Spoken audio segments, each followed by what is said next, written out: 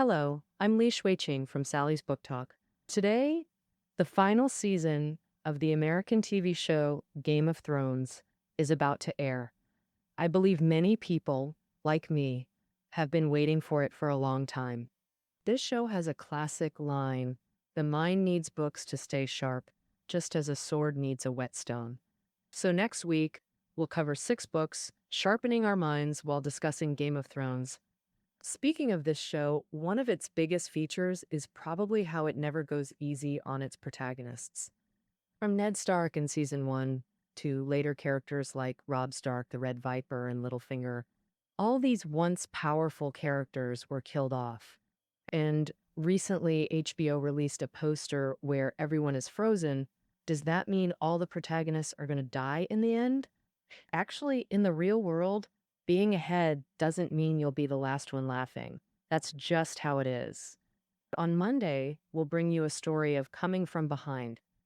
The book is called Tokugawa Ieyasu, and you're probably familiar with him. He was the founder of the last samurai regime in Japan, the Edo shogunate, and people even nicknamed him the Ninja Turtle.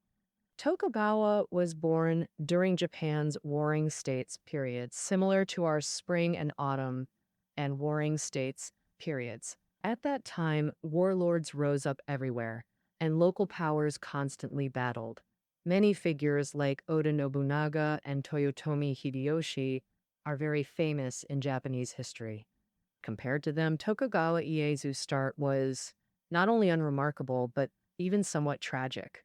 His family was a minor local power. He lost his parents at a young age and was sent to the Oda family as a hostage at 6 years old.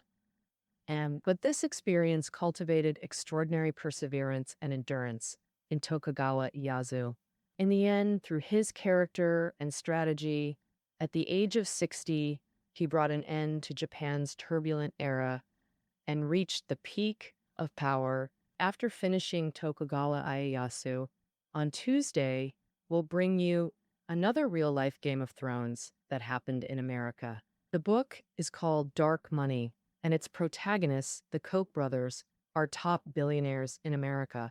Their industries generated $115 billion in revenue in 2017. Truly super wealthy.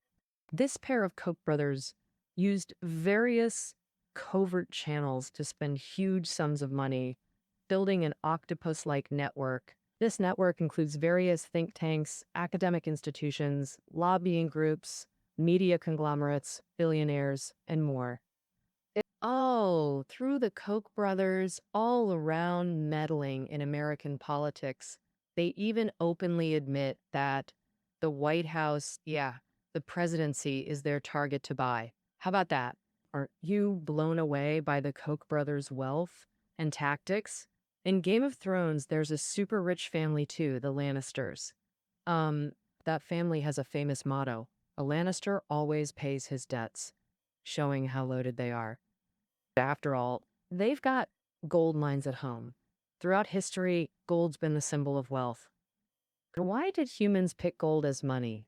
How come gold became the only currency in the modern Western money system, not silver? Does gold still work as a safe haven in modern times? On Wednesday, we'll cover A Brief History of Gold, a book that tells gold's whole story. But in Game of Thrones, money alone isn't enough. The right decisions can be life or death. For example, Ned Stark's death in season 1 was pretty much due to a string of bad calls. However, for each of us, it's super tough to stay sharp and make rational choices, because our thinking is full of traps. One slip and you're heading down the wrong path. To make good decisions, we got to learn to spot those traps.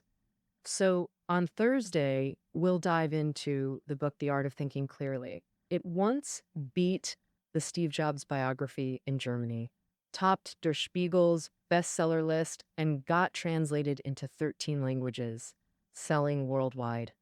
Let's think clearly together with this book. Come Friday, we've got a treat for military buffs.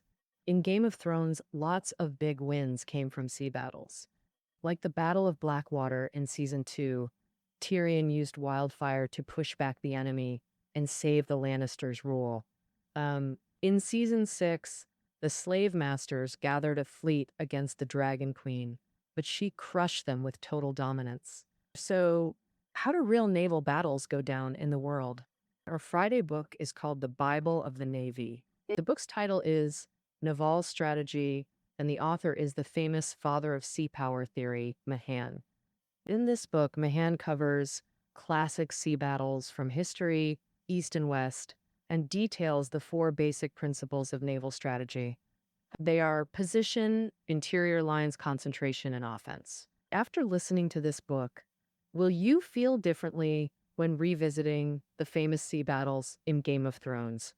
All right, after covering so much strategy, on Saturday we're turning inward. To me, beyond the power struggles in Game of Thrones, there's a consistent thread: the character's search for self.